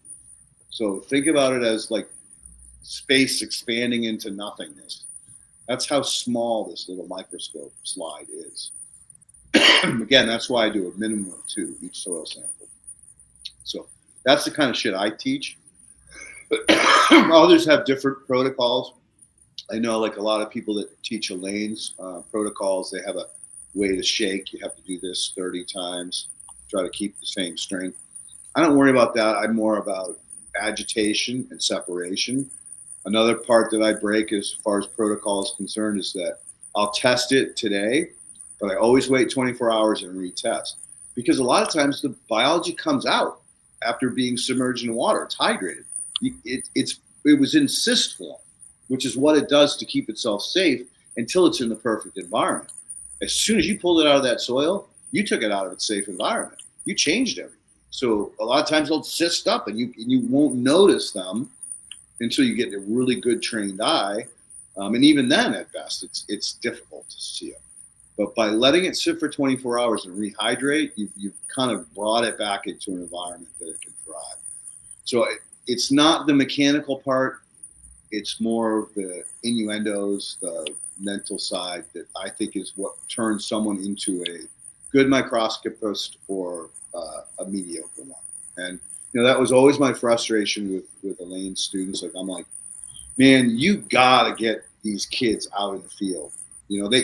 That's great that they took the course, they get their certificate, but it's like you need to require field experience. Like you shouldn't just say, oh, here, you're all set, go out on your own. It should be like, all right, you passed, 12th grade. Now you're going to go to college or 13th grade, whatever you want to call it. But that field experience is critical because that really brings in another dimension of what you're looking at. And when I do a soil collection, like I'm looking at everything. Like I'm looking at the insects, I'm looking at the birds, I'm looking at any plant life, I'm looking at any other life, forms, squirrels, foxes, rabbits, because that tells you a lot more about the ecosystem. Another example where I break from soil food web protocol is on fungi. Elaine always told me if it's clear fungi, clear and small diameter, it's a pathogen. And I would argue with her. I'm like, well, according to pathology on fungi, it takes 7 to 10 days for you to see its morphology. In other words, for it to mature enough to take on a color and to begin to harvest, a humic or a fulvic acid, which provides the color. So for you to say automatically that that's a pathogenic fungi is, I think, irresponsible. I think you need to look at the rest of the slide and say, oh, well, there's protozoa in here. There's no ciliates. If there's ciliates, then it probably is a pathogenic fungi.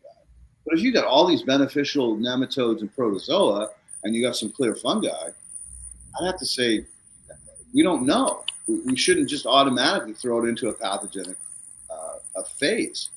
And on and on and on, because like some fungi that are pathogenic can become beneficial and mutualistic in the right environment. So it's a tool that should be used responsibly, respectfully, but soulfully more than anything. Sorry to go on a rant, but that's, I'm passionate about the way I teach.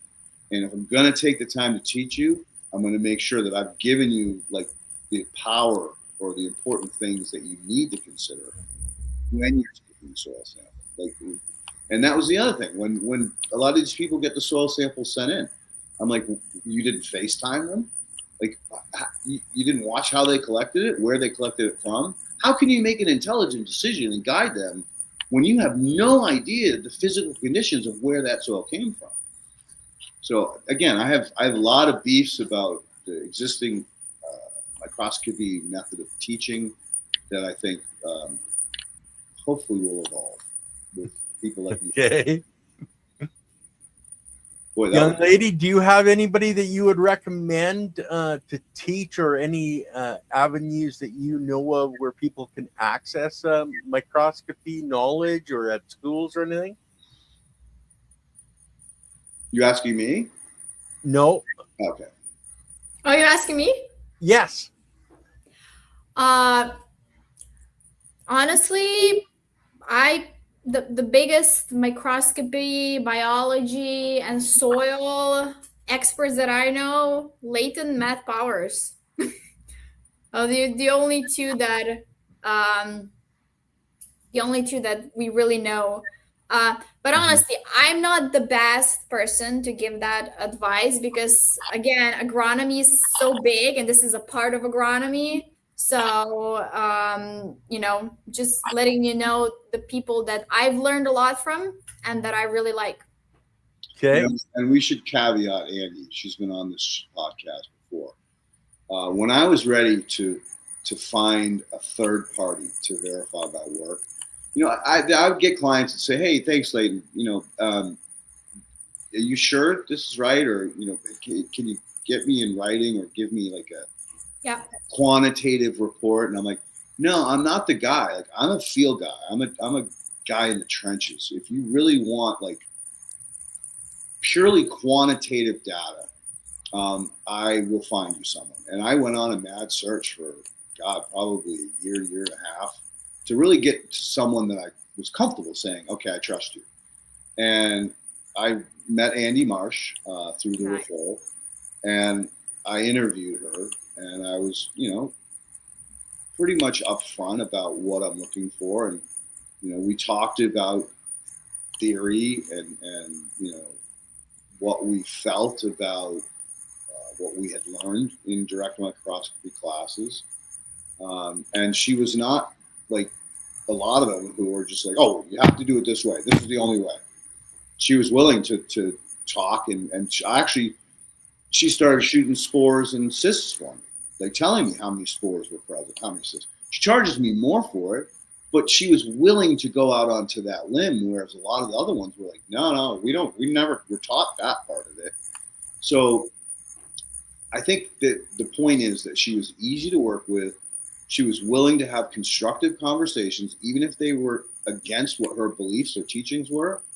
And therefore I was like, "All right, you're my third party." And I've used her ever since. Yeah, I've been really happy with the results. Her reports are not stamped. They're the same. Each one is tailored. Like, it's not just friggin' boilerplate report. And she also provides a video of what she's seen. And I don't see a lot of the other food web graduates that go to that extent beyond the test to really help you understand more about what she saw and why she's saying what she said. So, yeah, said about that. Rhizos, Got Science, Andy Marsh. She's a very, very great human. Well, somebody asked if that's the protege you mentioned. No, the protege is actually Craig Trester out of New York City. So he and I met at a Korean natural farming event. I kind of helped set up with a client of mine. At some point I probably ought to get him on this podcast. He's a great guy. Harvey Hubble. His dad was the guy that opened our eyes to astrology through the Hubble and the astrology, or not astrology, astronomy that he taught. Crazy cat. But his son Harvey is a really good dude. He's down to earth. And anyway, he hired me to come out and help him transition out of NPK corn that was farmed for 60 years into a regenerative hay grower. So anyway, he and I had a blast. And so when I was working with Chris Trump, I'm like, "Hey, dude, there's nobody out here on the East Coast teaching Korean natural farming. Would you be willing to host a course out here?" Harvey's like, "Hell yeah, I got the barn, I got the space, we'll set up tents, whatever." So I connected him to Chris Trump, and I'm like, "Chris, this is Harvey. He's a client of mine. Great guy. You guys go ahead and set up a conference. I don't need to be a part of it. This is between you and him. You guys figure out the money and all the logistics. So Craig Trester had heard through the grapevine about this conference that was being put on, this 3-day event at this farm up in Connecticut. So he showed up, and it was crazy because like I had so many people like, wait, now I get to see you again, right? So like I was getting too much attention, and he tried to come up to me and talk to me, but it wouldn't work. And I could only spend like 4 hours there on the first day because I had to be off to some other jobs. And so we didn't really connect, but then he reached out after and we connected. And then it wasn't long after that COVID hit. And so he and I and his other buddy, Erickson, would chop it up every Friday night about we'd find papers that we liked, white papers, send it to each other, and we'd all pick one of them, and then we'd have a study group on that. And we did that for a year and a half, 2 years during COVID. So we became close friends. I learned a shit ton from him. He learned a shit ton from me. And we all learned from each other, which was great. And so we formed a bond, and then I brought him on at ESS. And Clubhouse. Yeah, Clubhouse. Yeah, remember Clubhouse? Whatever happened to that? Yeah. Well, let's get back to the question, though. I think, guys, if you reach out to local schools, ag groups, you may be able to find people that have the microscopes. Please teach the children as much as possible. But like Matt Powers has excellent courses. We have actually next week, we've got Matt from Shooting the Soil on. Yeah. He's a student from Matt Powers. We've had a couple of different people that have been trained there through his courses. Leighton doesn't have regular courses, but reach out to Leighton and, he may just help you out. But, try to teach the children as much as possible and get in touch with your ag societies locally to you to see who has microscopes and, who is teaching, and try to do the best you can. But let's get on to the next question. One last caveat. Okay. On Instagram, they are showing these portable microscopes for kids. They're inexpensive, and they have the same view power as a regular microscope. And if you give it to a kid, he's not going to touch his phone. He's not going to want to sit in front of a TV. He's just going to go, or she is going to go ballistic when they go out into nature and really get to see things at that level. So that's shutting up. Yeah. I know the first time I went out was a pond out by the school, and we took microscopes out and looked at the pond scum, and it was like, holy shit, man, what's all this stuff in here, all that life? But is there a VC for biologicals? Could that help fund projects developments? So I worked with Mission, that's a group that are on a mission to give back. So that's Mission Capital. I worked on angel investors, right? Who, they're here to support you, give you the money, but support you. They're not here. They don't just give you the money and walk away. They're mentors. They come with you on your journey. And then venture capital. Venture capital is 100% about ROI. They will absolutely crush you. Yeah. All right. And even Mission and Angel are dangerous in that regard because they're seriously just focused on the return.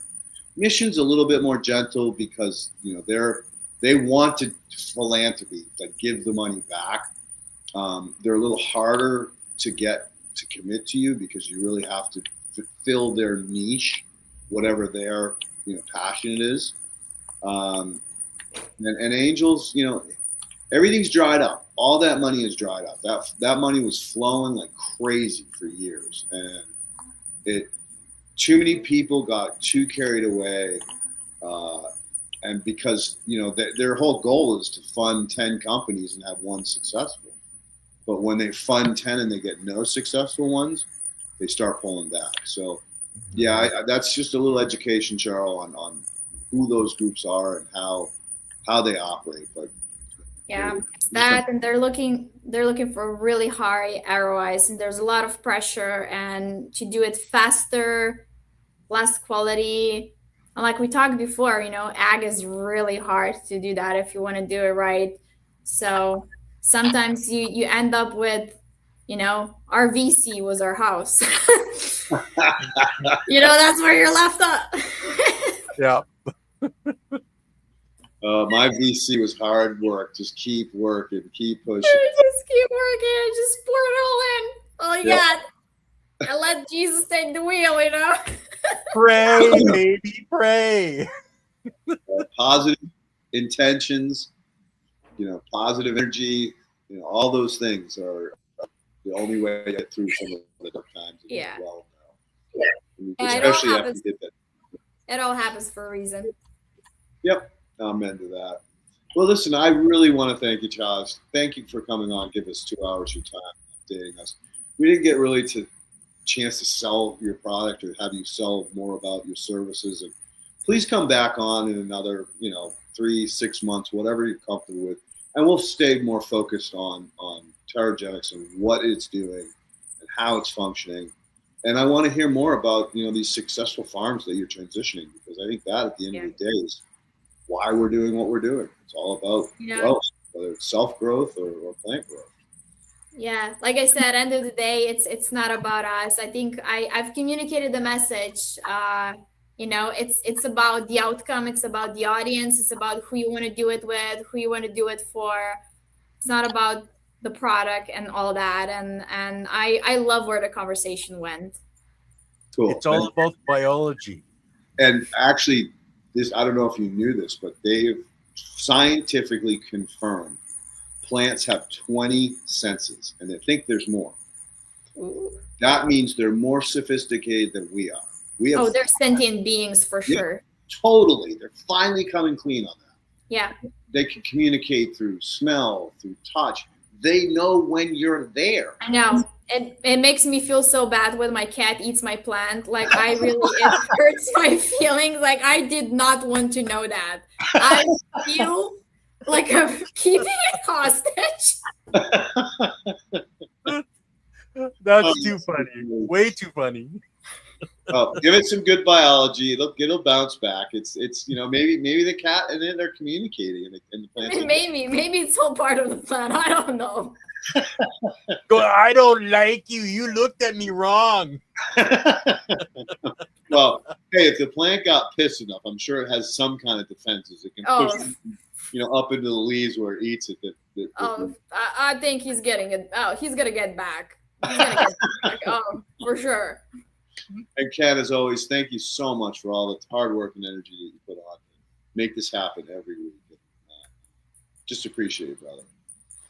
Well, we all have missions, that we're trying to accomplish, and I like to look at things as an overview, and that's where, I don't look at specific products or companies. I look at the overview of who's adding biology with their products, and that's where, I keep trying to bring people on to explain that, and that's why we have Matt from Shooting the Soil next week to show us under the microscope what the heck's going on in our soils, because I don't even want to look through a microscope for hours a day. I'd rather have somebody else, show that, there's life here, right? And young lady, you're talking, it's not about what's in the soil, it's the plant reaction. Is that plant healthy? Well, if that plant is healthy, you have the biology in the soil. Have the biology in the plant itself, because that's what's growing the cells. That's what's growing your plant. Keep the biology happy, and all of a sudden you have healthy plants. But Leighton, thank you for always every week saying thank you, because I do appreciate it, and I appreciate our audience coming on every week and hitting that thumbs up button, subscribing, sharing it with your audience as well. It really does help to get this message out. And young lady, in 3 or 4 months or 5 months, I know you've got some stuff you're working on in the background.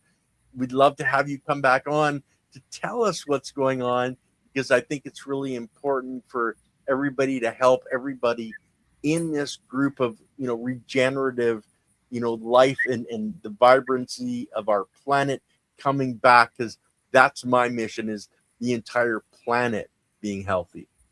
Yeah. I'm Thank into you. that. Thank you both, and thank you everyone for watching. And it's always a pleasure. So yes, we'll be super happy to reconnect in a few months. Nice. Looking forward to it. You bet. Okay, guys, we will see you on Wednesday with Andy Lopez. So don't forget to show up for that. And we love you all, and help save the planet by adding biology back into the system. Stop killing biology, guys. We'll see you in a few days. Bye.